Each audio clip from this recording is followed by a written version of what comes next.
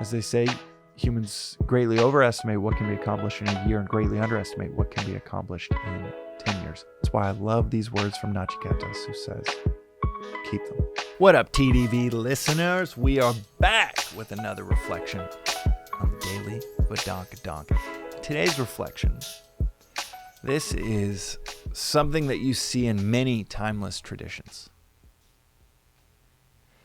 And it came up recently in conversation where for the spiritually evolved, what's really interesting is there are these stories over and over again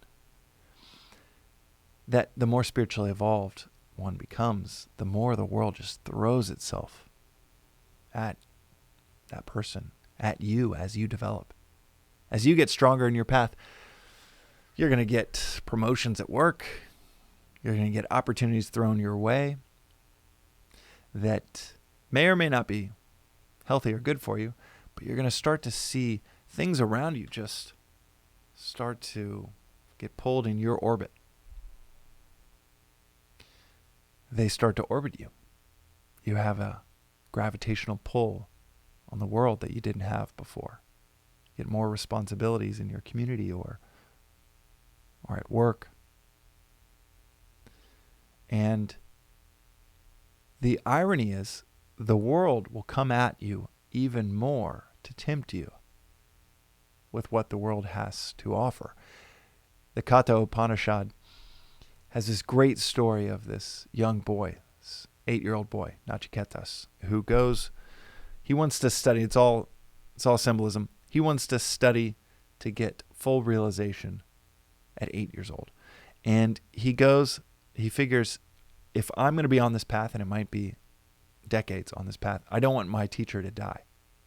So, again, this is all symbolism. Every Upanishad, it's all just drenched in symbolism.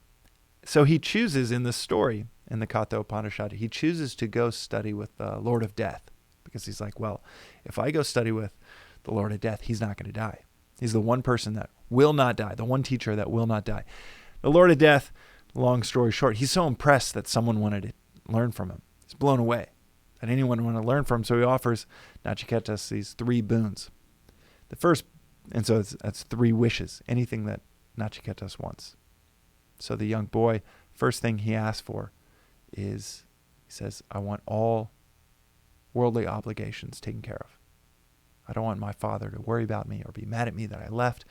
So he asks for all of his worldly obligations to be taken care of, which is a beautiful articulation for all of us that it's totally okay for us to want to satisfy our worldly obligations, financial obligations that you might have, family obligations. It's completely okay to want to satisfy those. Then his second ask is to learn the right ritual to ultimately sacrifice, to be able to then the third boon, the third thing is to receive realization. So he's asking for these in this beautiful progression. Worldly obligations, sacrifice, to learn how to sacrifice, to value sacrifice properly, then to receive the teaching that will give him full realization. That's its own brilliant progression for any of us to feel a lot of comfort in knowing, okay, you don't just jump to self-realization. It's totally okay to have a desire to satisfy worldly obligation, and it's totally okay. It's necessary for us to learn how to sacrifice properly. But in this story, the Lord of Death, he offers Nachiketas, he says, why do you want to pursue this? Look over there, I can give you everything the world has to offer.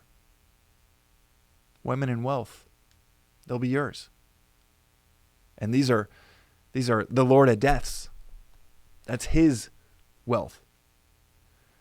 His treasure could be this young boy's.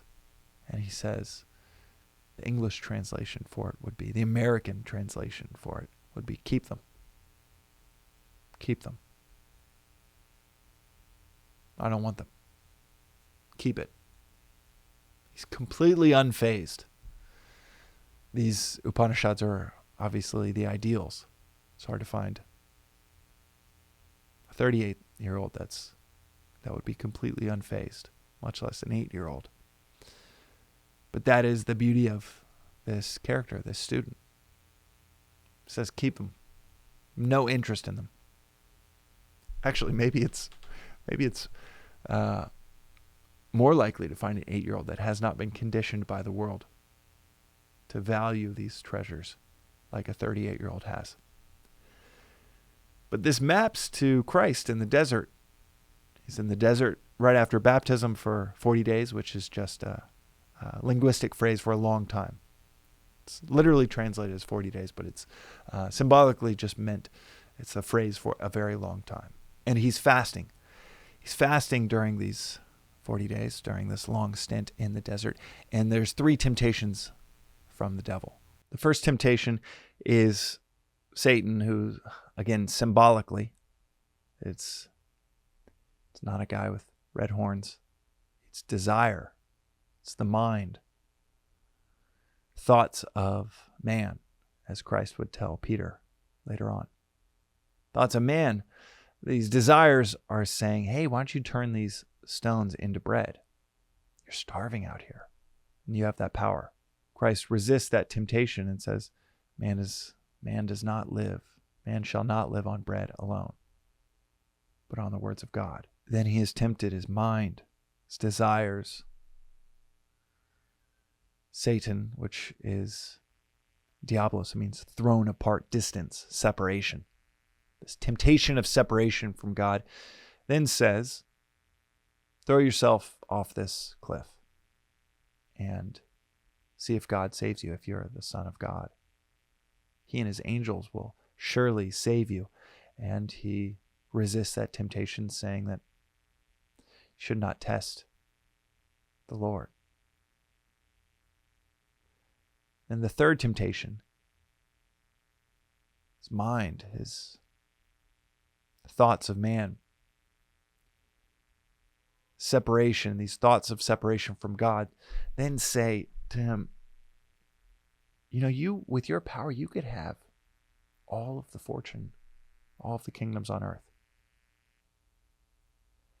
This is so much more significant at this point in my life than just hearing, oh, he was above those temptations. It's far more tempting to someone that is so capable, so wise. You really do have kingdoms thrown at your feet. You could create your own kingdom. You could conquer your own little corner. Maybe it's building a company. Maybe it's establishing yourself within some large corporation.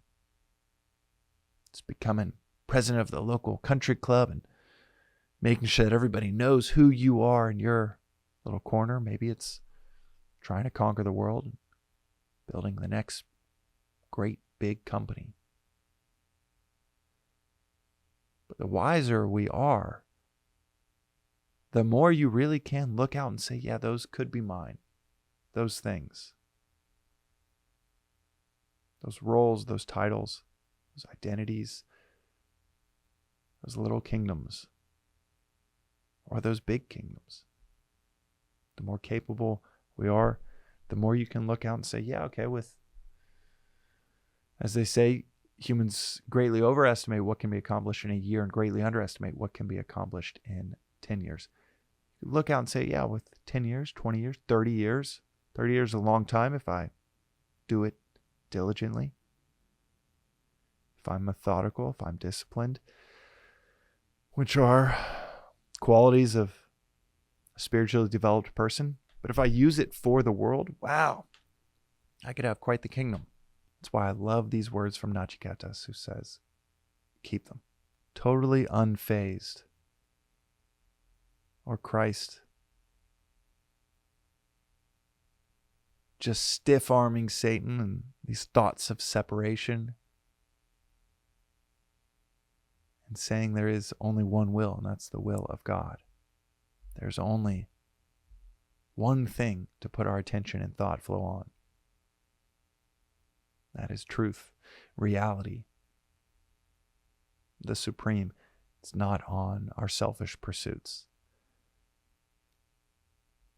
Nachiketas would then go on to become self-realized, would find peace, prosperity, bliss, happiness within himself that all of us can imagine. The people in our lives that have these kingdoms but don't have any of those things within them. CEOs of massive companies that live eternally agitated day to day. Family members or friends that have these worldly accomplishments but don't have any of the inner peace, the inner bliss that we also know the humblest of our community members, friends, or family members continuously have everywhere they go. The peace that they carry with them because they resisted the temptation. For all the world offers that ultimately, we're told over and over again in every major tradition for thousands and thousands of years, will leave us dissatisfied. But more than that, it's the experience we all have of knowing we've gotten these things in the past. Every one of us is sitting here, wherever you are, having gotten all of those things, achieved all of those things that you swore would make you happy if you got them. And you got them. And nothing really happened on the other side. It's not just every major tradition and thousands of years of hearing this message over and over and over again. It's also just as clear for us to tap into our own experience. And ultimately, our development gets us to a place where when it gets offered our way, it becomes easier and easier to look at it unfazed and say, keep it. That's today's reflection on the Daily Vedantic. Right before I say we'll see you next time, I want to add there's nothing wrong with possessions. There's nothing wrong with wealth. King Janaka's famous example of the wealthiest and the wisest kings of kings, who is an enlightened soul who also happened to be king, but it wasn't through selfish pursuit. It was the entire kingdom realizing, hey, you would lead us better than everybody else. And him succumbing, surrendering to that duty-bound existence that just happened to be in a palace. But it wasn't out of selfish desire. It was actually out of selfless duty. And man, I will tell you, the more selfless we approach our work, you will see people just building a palace around you, up-leveling you, promoting you year after year until you are running the thing, because you're the one person in the organization that cared about the welfare of everyone, that was thinking about the customers, about the community more so than yourself. You'd be the one person in 1,000 that cares about those things. And that community, that company, your coworkers, they will hold on to you for dear life because you are such a rarity. So I don't want to say that these things are opposed. Not only is it okay to have wealth, the timeless wisdom is just telling you not to be possessed by wealth, not to be possessed by our possessions. Totally okay to have them. Totally okay to wake up one day and have 20 mil, 200 mil in the bank account. But wealth has far more to do with freedom and peace than it does with just how much is in a bank account. And with study and reflection, self-development over time, when someone offers you prosperity at the price of peace, it becomes easier and easier to look at it and say, no, keep it. We'll see you next time on the Daily Vedantic.